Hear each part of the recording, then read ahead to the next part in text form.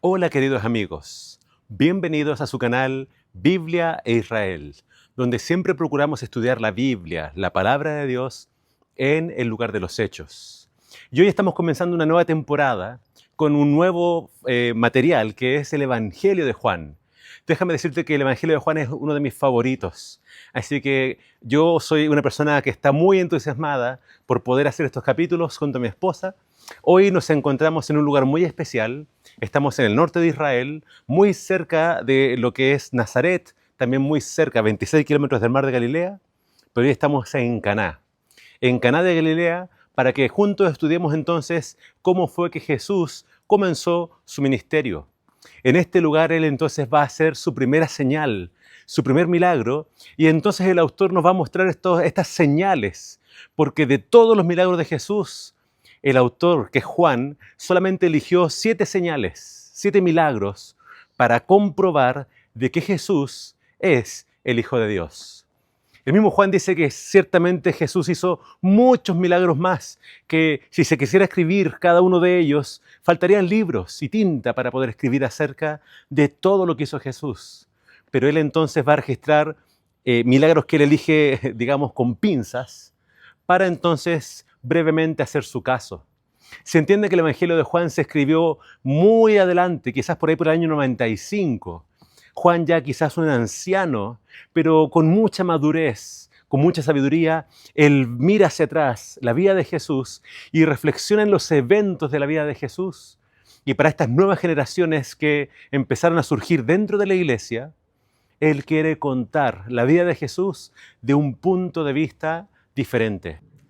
Así que te invitamos a que seas generoso con nosotros, que nos dejes un me gusta, no te cuesta nada, va a ser bien sencillo y rápido el hacerlo, y también un comentario, puede ser bien breve, diciéndonos de dónde nos estás mirando.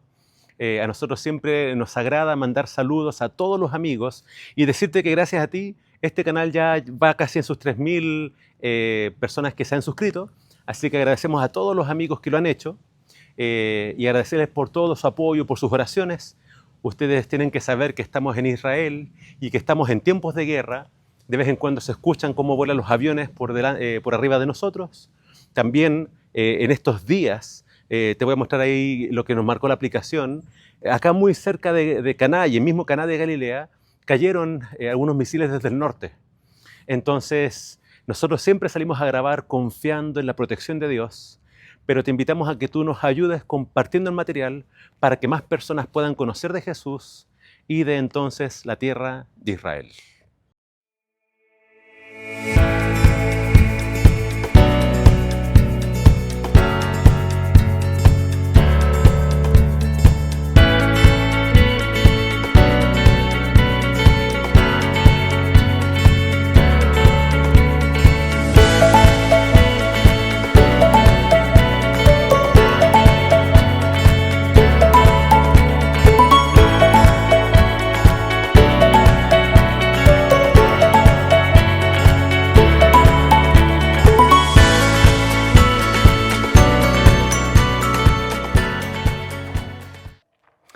Nos encontramos entonces en Caná de Galilea y acá hubo una excavación que mostró entonces los edificios de ese tiempo, y entre las excavaciones encontraron esta gran jarra. Es decir, está en concordancia con el relato bíblico. Y mira lo que dice acerca de este primer milagro de Jesús aquí en Caná de Galilea. Lo encontramos en Juan capítulo 2 y así dice el Evangelio. Se celebraron unas bodas en Caná de Galilea y estaba allí la madre de Jesús. También fueron invitados a las bodas Jesús y sus discípulos. Y faltó vino, entonces la madre de Jesús le dijo, no tienen vino. Jesús le dijo, ¿qué tiene que ver eso con nosotros, mujer? Aún no ha llegado mi hora. Su madre dijo a los que servían, haced todo lo que Él os diga. Había allí 6 tinajas de piedra para agua, dispuestas para el rito de purificación de los judíos. En cada una de ellas cabían 2 o 3 cántaros. Jesús les dijo, llenad de agua estas tinajas, y las llenaron hasta arriba. Entonces les dijo, sacad ahora un poco y presentadlo al encargado del banquete. Y se lo presentaron. Cuando el encargado del banquete probó el agua hecha vino, sin saber de dónde era, aunque sí lo sabían los sirvientes que habían sacado el agua, llamó al esposo y le dijo: todo hombre sirve primero el buen vino y cuando han bebido mucho el inferior. Sin embargo, tú has reservado el buen vino hasta ahora. Este principio de señales hizo Jesús en Caná de Galilea y manifestó su gloria, y sus discípulos creyeron en él. Quiero que pienses en los detalles de este milagro. Jesús, en primera instancia, al parecer no quería demostrarse al público, no quería hacer un milagro para mostrar quién era Él. Pero quizás honrar a su madre por lo que ella estaba pidiendo y viendo la extrema necesidad en esta humilde boda, porque eso es lo que tenemos que entender. Caná es un pueblo muy pequeño y que una fiesta duraban por lo menos 7 días las bodas, que a mitad de fiesta se queden sin vino, iba a ser una tragedia, iba a ser quizás un hazmerreír para muchos, el que esta pareja no haya tenido para proveer para todos los días de la fiesta. Entonces es por eso que Jesús, quizás viendo a esta humilde pareja pasar por este momento de vergüenza, Él decide finalmente hacer el milagro. Ahora, estas tinajas, como dice el relato bíblico, podían contener hasta 2 o 3 cántaros de agua. Eran 6 y Jesús pidió que las llenaran todas. Y entonces, no se nos dice cómo, pero Jesús transforma el agua en vino. Y quiero que pienses en esto. Estamos hablando de por lo menos entre 450 a 680 litros de agua que pueden contener. Y toda esa agua fue convertida en vino. No estamos hablando de un vino fermentado, porque eso claramente hubiera sido algo estrepitoso para la fiesta. Imagínate a todos borrachos. No, Jesús transformó el agua en jugo de uva. Entonces, dice el relato bíblico que cuando lo prueban era de excelente calidad. Y al parecer, especialmente en un pueblo pequeño, se partía con un vino de inferior calidad. Es decir, quizás simplemente jugo de uva mezclado con agua. Pero un jugo puro, de gran sabor, de gran calidad, fue el que hizo Jesús. Y obviamente 680 litros o incluso 450 litros son demasiado jugo de uva para una fiesta. Lo que acá se produjo tuvo que haber sobrado y quizás sirvió para esta pareja, para ellos poder entonces después comercializarlo y entonces usarlo para sostenerse o para comenzar entonces su vida matrimonial. Así que quiero que pienses en esto. A Jesús lo invitaron a una boda, no quizás por obligación. Es muy probable que él haya sido familiar de quienes se casaban, porque dice que María estaba acá presente. Y se vieron en la obligación de invitar a Jesús y a sus discípulos. No, yo creo que a Jesús lo invitan porque él era una persona muy agradable, una persona bondadosa, una persona respetuosa, una persona que daba gusto estar en su presencia. Así que yo creo que por eso invitaron a Jesús para que estuviera presente. Y Jesús bendice a este matrimonio con su presencia, haciendo el milagro. Y este milagro es un milagro de buena calidad y un milagro extremadamente abundante. Así que el Señor Jesús, que fue el que creó el matrimonio ahí en Génesis, acá Él comienza su ministerio en una boda y Él bendice a este matrimonio con este milagro. Así que el Señor Jesús siempre tiene una bendición para aquellos matrimonios que invitan a que Jesús esté presente en sus vidas. Eso es algo que no tienes que olvidar. Y yo tengo acá, me conseguí, le voy a pasar mi Biblia a mi esposa, te voy a mostrar entonces acá un poquito el jugo de uva que hasta el día de hoy se produce aquí en Caná. Acá dice Caná y este dice que es 0% alcohol. Este es el jugo de uva. Jesús entonces convierte el agua en este jugo de uva. Y aunque quizás tú no lo vas a poder probar, yo tengo acá una porción que voy a probar por ustedes. Es jugo de uva, así que no se preocupen, el pastor no se va acá a alcoholizar.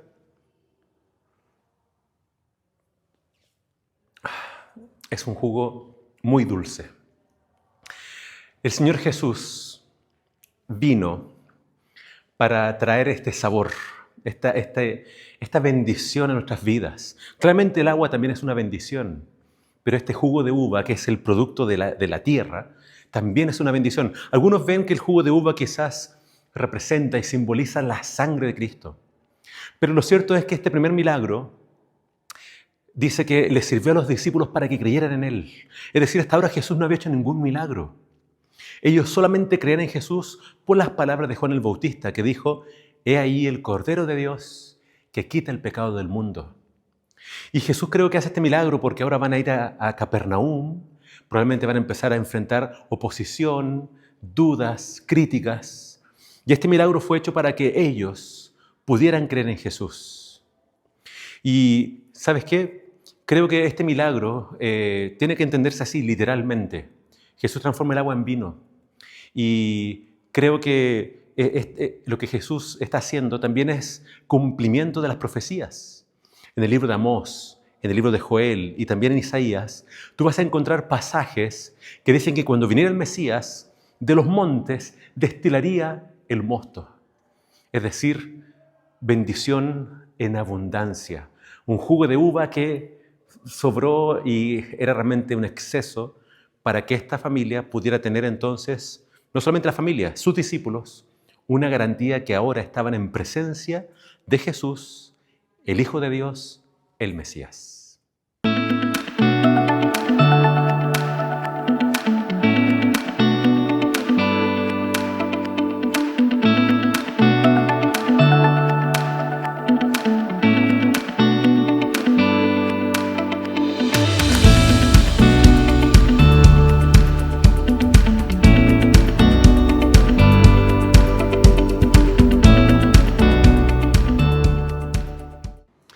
El autor de la lección ahora se va a centrar en el segundo milagro de Jesús, la segunda señal. Dice que esta señal ocurre después de la visita de Jesús a Samaria. Y dice así: 2 días después salió de allí y se fue a Galilea. Pues Jesús mismo dio testimonio de que el profeta no se le honra en su propia tierra. Cuando llegó a Galilea, los galileos lo recibieron, pues habían visto todas las cosas que había hecho en Jerusalén, en la fiesta, porque también ellos habían ido a la fiesta. Fue pues Jesús otra vez a Caná de Galilea, donde había convertido el agua en vino. Había en Capernaum un oficial del rey, cuyo hijo estaba enfermo. Cuando oyó aquel que Jesús había llegado de Judea a Galilea, fue a él y le rogó que descendiera y sanara a su hijo, que estaba a punto de morir. Entonces Jesús le dijo: si no veis señales y prodigios, no creeréis. El oficial del rey le dijo: Señor, desciende antes de que mi hijo muera. Jesús le dijo: vete, tu hijo vive. Acá tenemos entonces la segunda señal de Jesús. Dice que esto ocurre aquí, en Caná de Galilea. Así que a pesar de que Caná de Galilea era un pueblo muy pequeño, ya vemos que Jesús hizo 2 señales, 2 milagros en este lugar. Un dato en paréntesis también. Hay uno de los discípulos que salió de Caná de Galilea. Y no te lo voy a decir, quiero que lo pongas en los comentarios, a ver si sabes, esto es una pregunta difícil, ¿cuál de los 12 apóstoles salió de Caná de Galilea? Entonces es un pueblo muy pequeño donde Jesús hace, ya vemos 2 señales, pero esta segunda señal vemos que Jesús, Él tiene una reprensión para este noble, para este siervo del rey. Y Jesús le dice a este hombre: si no viereis señales y prodigios, no creeréis. Parece extraña la declaración de Jesús, pero muchos creen que lo que Jesús está reprendiendo acá en este hombre es que él quería que Jesús saliera de Caná, lo acompañara hasta Galilea, hasta Capernaum, y entonces hiciera el milagro personalmente. Entonces eso es lo que Jesús le está recriminando. Él tenía que ver a Jesús descender y hacer el milagro, no entendiendo que Jesús podía hacer el milagro simplemente dando la orden. Y eso es lo que finalmente Jesús hace. Jesús le da la orden: no, tu hijo ya vive, ve. Y dice que él viaja, demora al parecer un día en llegar a su casa, y cuando llega a su casa lo salen a recibir y le dan la buena noticia: tu hijo está bien, se sanó. Y entonces este hombre pregunta: ¿cuándo se empezó a mejorar? Y ellos le dijeron: ayer, a eso de las 1 de la tarde. Y este hombre entendió que fue Jesús quien lo sanó. No fue una coincidencia, no fue el azar, no fue suerte, no. Jesús a esa misma hora le había dado la palabra, él creyó esa palabra y entonces su hijo se sanó. Entonces, vemos acá el poder de Jesús, que Él no tiene que estar presente para que los milagros ocurran. Si las personas ponen la fe en Él, Él simplemente da la orden y los milagros ocurren. Ahora, este milagro se parece mucho al de un centurión que tenía a su criado enfermo, pero aunque los milagros se parecen, también tenemos muchas cosas que las hacen distintos. Acá se nos dice claramente que este era un sirviente del rey, pero era un noble, y era su hijo, no su criado. Así que aunque los milagros se parecen, son diferentes. Y nuevamente recuerden la introducción de Juan. Juan dice, Jesús hizo muchísimos milagros que no caben tanto así en los libros, tantas cosas que Él hizo. Juan elige este milagro y lo elige acá en Caná. Es decir, en Caná Jesús, su fama se empezó a esparcir por todas partes. Así que este hombre escuchó de Él, pero él quería que Jesús descendiera a su casa para que personalmente hiciera el milagro. No era necesario. Jesús tiene el poder para hacer el milagro a la distancia. Así que eso es lo interesante acerca de Jesús. Muchos creen que Juan escribe este evangelio desde la distante ciudad de Éfeso. Él estaba muy lejos de Jerusalén. Pero el Señor es soberano. Él no tiene que estar presente. Él en todas partes gobierna y puede hacer los milagros según sea su voluntad. Así que esta es la segunda señal que nos registra Juan para que nosotros entendamos de que Jesús es el Hijo de Dios. Así que te dejo con esta pregunta.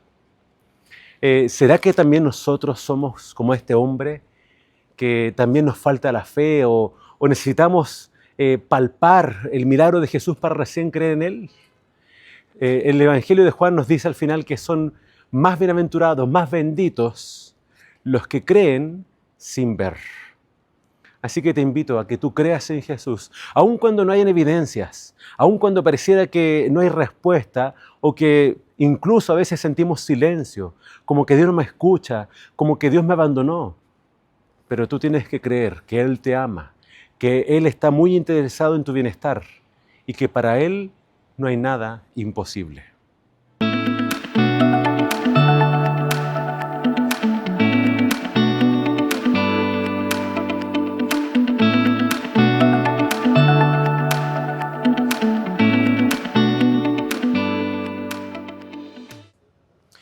Nos encontramos en la puerta de los leones, para que analicemos entonces la tercera señal que se menciona en el Evangelio de Juan. Permíteme leer para ti entonces los versículos 1 y 2 para ver el contexto. Dice, después de esto había una fiesta de los judíos y Jesús subió a Jerusalén. Hay en Jerusalén, cerca de la puerta de las ovejas, un estanque llamado en hebreo Betesda, el cual tiene 5 pórticos. Acá en la Biblia se le llama puerta de las ovejas, pero en la actualidad se le conoce como puerta de los leones. Puerta de los leones porque cuando Sulemán el Magnífico reconstruye Jerusalén y los muros, él le puso así a esta puerta, puerta de los leones, haciendo alusión a los leones que él vio en su sueño que le amenazaban si él no reconstruía Jerusalén. Pero en los tiempos de la Biblia entonces se le conocía como puerta de las ovejas. ¿Por qué? Porque por esta puerta entraban todas las ovejas que serían llevadas al templo, que está muy cerca de acá, para el sacrificio. Entonces, ahora te pido que me acompañes porque vamos a entrar por esta puerta para dirigirnos entonces al estanque de Betesda.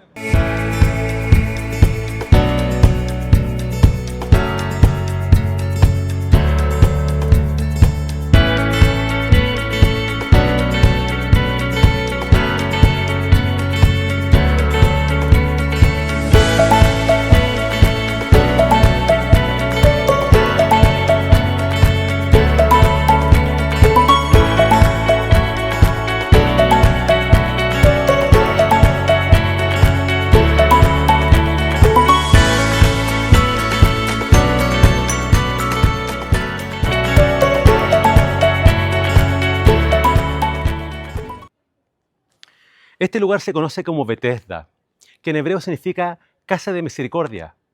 Pero en realidad este es un gran estanque en el lado norte del templo, aquí en Jerusalén. Este lugar está compuesto por 2 estanques, uno norte y otro sur. A mi espalda se alcanza a ver parte del sur. Y este lugar tenía 5 pórticos. El Evangelio dice que En este lugar se juntaban muchísimos enfermos, ciegos, cojos y paralíticos que esperaban el movimiento del agua. El versículo 4, que aparece en muchas Biblias, en las Biblias más modernas no aparece. Y es porque en los códices más antiguos del Evangelio de Juan, ese versículo simplemente no aparecía. Apareció en versiones más antiguas. Y muchos creen que algún copista tiene que haber incluido esa información para explicar el versículo 7. Porque cuando Jesús le pregunta al hombre, ¿quieres ser sano? Él respondió, Señor, no tengo nadie que me ayude a entrar al agua. La casa de Betesda, casa de misericordia, nos apunta a un milagro bien especial en el Evangelio de Juan. Esta es ya la tercera señal que Jesús realiza. Y vamos a ver que Juan dedica gran porción de este capítulo para explicarnos qué significa este milagro.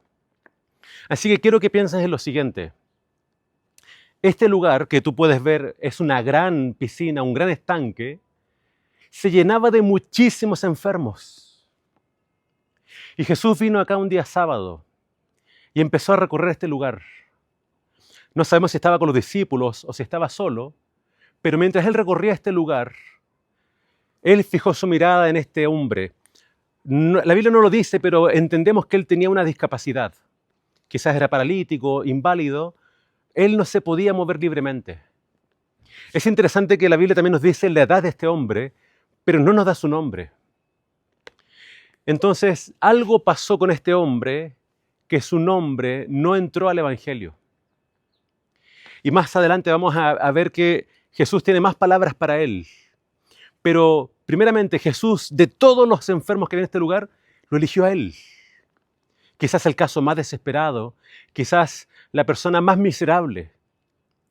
Y la miseria de este hombre fue lo que hizo que Jesús tuviera misericordia de él. ¿Qué hace Jesús? Se acerca a él y le pregunta, ¿quieres ser sano? Y para muchos esta pregunta es un poco quizás absurda. Si él está en este lugar junto a muchos otros enfermos, es porque el mayor anhelo en su corazón era ser sano. Pero algunos cuando ven esa pregunta, quizás piensan, ¿será que realmente este hombre quería ser sano? ¿O quizás se acostumbró a estar acá junto a otros enfermos? ¿O quizás se acostumbró a que la gente tuviera misericordia de él, compasión de él? Otra pregunta es, ¿por qué estaba solo? ¿Cómo no había alguien que lo ayudara? Bueno, hay muchas preguntas que el Evangelio no va a responder. Pero Jesús a este hombre le pregunta, ¿quieres ser sano? Y este hombre tenía que haber respondido sí, por eso estoy acá. Pero la respuesta de este hombre simplemente es, Señor, no tengo quien me meta en el estanque cuando se agita el agua. Mientras yo voy, otro desciende antes que yo. El versículo 4 no está entonces, porque apunta entonces a esa tradición o a esa incluso leyenda. En este lugar entonces al parecer había un movimiento de aguas que la leyenda surgió y dijo, es que acá descendía un ángel que movía las aguas. Sobre esto tú vas a encontrar mucho material, algunos a favor, otros en contra. Personalmente pienso que si no estaba en los originales, es porque Juan no le dio importancia a esa leyenda. Sí, es increíble, estamos en Jerusalén, estamos donde vivía el pueblo santo, pero aún dentro del pueblo santo habían muchos que se aferraban a leyendas y supersticiones.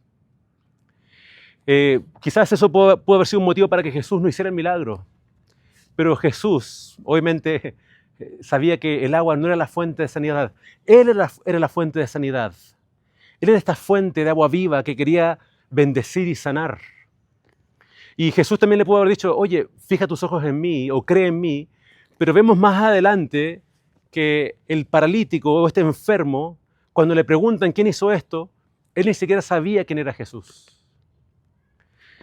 Jesús le dice a este hombre, levántate, toma tu camilla y anda. Y dice el versículo siguiente que al instante que el hombre fue sanado, tomó su camilla y anduvo, y termina diciendo, era sábado aquel día. El milagro es interesante porque es diferente a otros. No vemos que este hombre haya puesto su fe en Jesús, quizás creyó en la palabra de Jesús, pero vemos que Jesús simplemente tuvo de él misericordia. Así que en este lugar donde muchos venían a buscar sanidad de las aguas, Jesús nos muestra que la fuente de sanidad es Él. Así que este hombre decía, no tengo quien me ayude, no tengo quien me meta al agua. Y quizás muchos de nosotros siempre estamos esperando a alguien, esperando algo, que nuestra suerte cambie, que me llegue ese ascenso o que pase algo que estoy esperando. Pero quizás esta historia nos muestra de que nosotros deberíamos fijar la mirada en Jesús. Este hombre estaba quizás ya acostumbrado a estar en este lugar, estaba acostumbrado a ejercer la autocompasión, pero Jesús, el único capaz de hacer el milagro, Él podía hacerlo. Entonces, quiero que pienses en este lugar. ¿Estás poniendo tu esperanza en otras cosas, en otras personas? Jesús nos invita a que pongamos nuestros ojos en Él y confiemos únicamente en Él.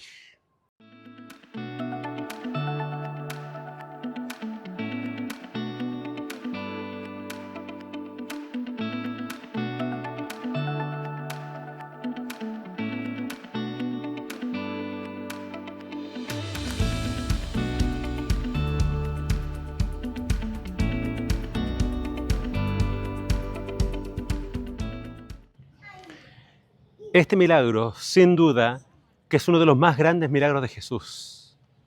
Y es una demostración de la misericordia de Jesús para con uno de los enfermos quizás más miserables que se encontraba en Betesda. Sin embargo, este milagro de Jesús no encontró una buena recepción por parte del pueblo judío. Leemos a continuación lo que dice la Escritura. Entonces los judíos dijeron a aquel que había sido sanado, es sábado, ¿no te es permitido cargar tu camilla? Y él le respondió, el que me sanó, él mismo me dijo, toma tu camilla y anda. Entonces le preguntaron, ¿quién es el que te dijo, toma tu camilla y anda? Pero el que había sido sanado no sabía quién era, porque Jesús se había apartado de la gente que estaba en aquel lugar. La gente tenía que haberse alegrado porque este hombre que llevaba 38 años, quizás paralítico, ahora podía caminar. Pero ellos no pudieron ver el milagro. Ellos, no, en vez de glorificar a Dios, solamente se enfocaban en que había un hombre que estaba cargando su camilla en sábado. Ahora, cargar la camilla no es un pecado según la palabra de Dios. Porque cuando el sábado nos habla de que es un día de reposo, hay otros textos donde vemos que lo que se prohíbe es la actividad comercial.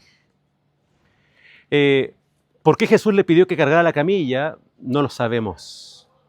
Pero quizás es un símbolo de que ese hombre que tanto tiempo había pasado postrado en esa camilla, ya no dependía más de esa camilla para entonces esperar ahí un milagro, sino que el cargar la camilla era entonces una señal de que este hombre ahora nuevamente había recobrado su independencia y su autonomía. Pero nuevamente la gente solamente veía a un hombre quebrantando el sábado según sus tradiciones. El Señor Jesús, claramente Él sí guardaba la ley, Él sí guardaba lo que estaba escrito en la Torá. Pero cuando se trata de estas añadiciones de rabinos o de maestros, entonces Él no tiene mucha consideración por estos mandamientos humanos. Es por eso que quizás Él hizo esto a propósito, porque Él sabía lo que iba a pasar si es que este hombre cargaba su camilla. Él sabía lo que le podían decir y que de hecho se lo dijeron. Y vemos que este hombre se asustó. En vez de quizás también él hacer un énfasis en el milagro en el que fue sanado, él simplemente dijo que quien lo había sanado le había dado esa orden. Esto nos apunta entonces a esta dureza en el corazón de estas personas. En vez de agradecer a Dios, en vez de alabar a Dios, solamente están enfocados en condenar y en buscar las faltas en otros. Y esto quiero que te haga pensar, ¿cómo es tu actitud cuando estás en la iglesia? ¿Cómo es tu actitud cuando tú te reúnes con otros creyentes? ¿Estás buscando las faltas en otros? ¿O estás tú concentrado en alabar a Dios por las grandes cosas que Él ha hecho en tu vida? Esta historia entonces nos muestra eso, que lamentablemente las personas estaban con una mentalidad equivocada acerca del Mesías y desde un comienzo ya están rechazando a Jesús a pesar de las evidencias que Él da a través de los milagros que estaba haciendo.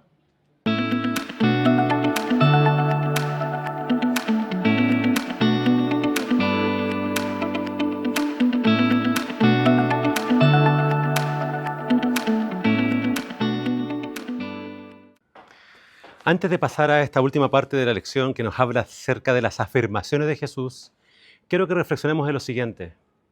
Juan comienza este capítulo, el capítulo 5, esta historia, hablándonos de Betesda, que es la casa de la misericordia. Pero dice que Betesda está muy cerca de la puerta de las ovejas. Y esto está muy cerca del templo. Entonces, la puerta de las ovejas, que hoy se llama puerta de los leones, al parecer Jesús tuvo que haber entrado por esa puerta cuando se dirigió a Betesda. Y ya esto en los lectores deja una impresión, porque desde un principio también Juan dijo que Jesús es el Cordero de Dios que quita el pecado del mundo. Y ahora vamos a ver esa afirmación que hace Jesús con respecto a sí mismo. Él le dice entonces a quienes lo cuestionan por lo que él había hecho. Dice que Jesús halló al hombre en el templo y le dijo: mira, has sido sanado, no peques más para que no te suceda algo peor. Y el hombre se fue y contó a los judíos que Jesús era quien lo había sanado. Por esta causa los judíos perseguían a Jesús e intentaban matarlo porque hacía estas cosas en sábado. Jesús le respondió: mi Padre hasta ahora trabaja y yo trabajo. Por esto los judíos aún más intentaban matarlo, porque no solo quebrantaba el sábado, sino que también decía que Dios era su propio Padre, haciéndose igual a Dios. Dice entonces que acá por primera vez ya hay una intención homicida de parte de los judíos para con Jesús. Y por dos razones. Porque según ellos, Jesús quebrantaba el sábado, pero más aún dice porque por el lenguaje de Jesús, ellos entendían que Jesús se hacía igual al Padre. Entonces vemos que Jesús hace esta declaración y claramente todo judío, todo creyente entiende de que Dios no para, de que Dios sustenta el universo, de que sí, Él le dio comienzo a la vida, pero es por su poder que el mundo subsiste. Y acá Jesús dice entonces que así como Dios trabaja incluso en sábado, Él también trabaja en sábado. Y con esta declaración la gente entiende de que Jesús se hace igual al Padre. Esta es una declaración tremenda de parte de Jesús. Y vemos entonces que en el resto del relato, Él va a seguir hablando acerca de esta igualdad que tiene con el Padre. Entonces, vemos que Jesús declara su autoridad. Yo puedo sanar, yo puedo hacer el bien en sábado, porque yo, como el Padre, también soy creador. Yo no paro, así como el Padre no para. Y vamos a ver entonces que en estas afirmaciones, porque realmente lo que está pasando acá con Jesús es un juicio, Jesús ahora va a presentar a sus testigos. Y los testigos de Jesús, dice acá, son los siguientes. Dice: Juan el Bautista es su testigo, porque dio testimonio acerca de él. Sus milagros testifican acerca de quién es él. El Padre dio testimonio acerca de quién es Jesús. Y también las Escrituras. Y ahí está ese famoso versículo que dice: ustedes estudian las Escrituras porque piensan que en ellas tienen la vida eterna. Pero ellas son las que dan testimonio de mí. La Escritura que ellos tanto estudiaban lo señalaba a Él mismo, pero ellos no se daban cuenta. Y finalmente Jesús les dice que, aunque ellos quieren matar a Jesús y están buscando cómo condenarlo, finalmente los condenados van a ser ellos, y quien los va a condenar va a ser el mismo Moisés, en quien tanto ellos confiaban. Entonces, vemos estas declaraciones de Jesús y vemos que acá, en este lugar que para muchos es parte de la vía dolorosa, Jesús ya está haciendo declaraciones que finalmente lo van a llevar a su muerte. Él es el Cordero de Dios que quita el pecado del mundo. Él es uno con el Padre. Él tiene todo derecho, y acá dice: tengo derecho también de juzgar. El Padre me dio el juicio a mí por ser el Hijo del Hombre. Vemos estas declaraciones de parte de Él que nos muestran que Él no era cualquier persona, no era simplemente un profeta, no era simplemente un maestro, sino que quien había venido acá a estar en medio de nosotros era el Hijo de Dios. Entonces, así concluye esta tercera señal. En el Evangelio de Juan son 7 las señales, 7 los milagros que Juan presenta para hacer su caso. Ahora, solamente como paréntesis. En Marcos tú vas a encontrar 18 milagros. En Lucas, 16. Entonces vemos que Juan solamente elige 7. Él escribe mucho después que los otros evangelistas. Y quizás casi al final de su vida, él nos cuenta la historia de Jesús, pero con un propósito muy marcado, que tú y yo nos demos cuenta y creamos que Él es el Hijo de Dios.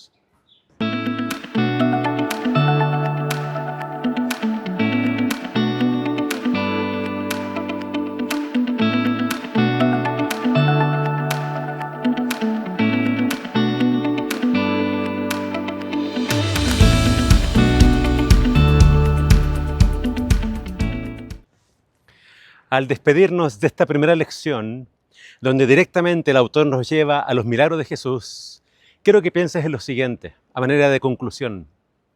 En el caso de las bodas de Caná, Jesús hace un milagro por personas muy humildes y Él suple para algo que ellos debieron hacer provisión.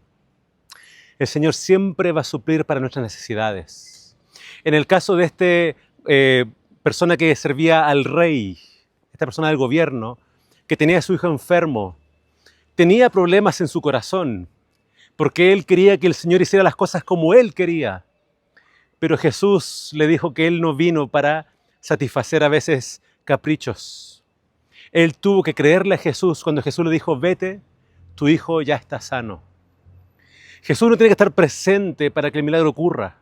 Basta que Él dé la orden y entonces todo va a salir como Él dice. Y por último, en el estanque de Betesda, aprendemos que para Jesús, nuevamente, no hay nada imposible. Pero para el día viernes, déjame leer la cita que está en el día viernes. Por medio de la misma fe podemos recibir curación espiritual. El pecado nos separó de la vida de Dios. Nuestra alma está paralizada. Por nosotros mismos somos tan incapaces de vivir una vida santa como aquel lisiado lo era de caminar. Son muchos los que comprenden su impotencia y anhelan esa vida espiritual que los pondría en armonía con Dios y luchan en vano para obtenerla. En su desesperación claman, miserable hombre de mí, ¿quién me podrá librar de este cuerpo de muerte? Alcen la mirada a esas almas que luchan presa de la desesperación. El Salvador se inclina hacia el adquirido por su sangre, diciendo con inefable ternura y compasión, ¿quieres ser sano? Él los invita a levantarse llenos de salud y paz. No esperen hasta sentir que son sanos. Crean en su palabra y se cumplirá. Pongan su voluntad de parte de Cristo. Quieran servirlo y al obrar de acuerdo con su palabra recibirán fuerza. Cualquiera que sea la mala práctica, la pasión dominante que haya llegado a esclavizar el alma y el cuerpo, por haber cedido largo tiempo a ella, Cristo puede y anhela librarlos. Él impartirá vida al alma de los que están muertos en sus transgresiones y pecados. Librará al cautivo que está sujeto por la debilidad, la desgracia y las cadenas del pecado. Esa es una cita hermosa de Elena de White acerca del poder de Cristo. Y ella compara a este hombre que estaba imposibilitado de las piernas con todos aquellos que estamos esclavos del pecado. Y ella hace este llamado a que nosotros podamos reconocer cuáles son quizás esas cadenas que nos atan, esos vicios y esos pecados ocultos que también nos separan de Dios. El poder ser sano no depende de nosotros. Nuevamente, como es inválido, él no podía entrar al agua. Él pensaba que en el agua estaba la salvación. La salvación estaba en Cristo Jesús y Él es el que ofrece la sanidad. Él es el que ofrece la restauración. Así que aférrate a Jesús por la fe. No creas que tus cadenas, que pueden estar largo tiempo atándote, lo van a hacer para siempre. Si Cristo da la orden, si Cristo te manda a levantarte, cree en Él.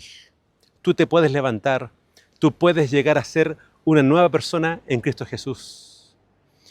Quiero terminar con esas palabras de Jesús al paralítico. Jesús le dijo al paralítico: ten cuidado que no vayas a pecar, no sea que te venga algo peor. Nosotros no sabemos qué fue lo que llevó a ese hombre a esa desesperada situación. Y él había sido libertado. Y ahora él tenía que cuidar esa libertad, tenía que cuidar su sanidad, porque el pecado lo podía entonces hacer nuevamente, quizás volver a donde estuvo antes. Yo no sé de dónde te sacó el Señor. Yo no sé quizás qué cosas han pasado en tu vida.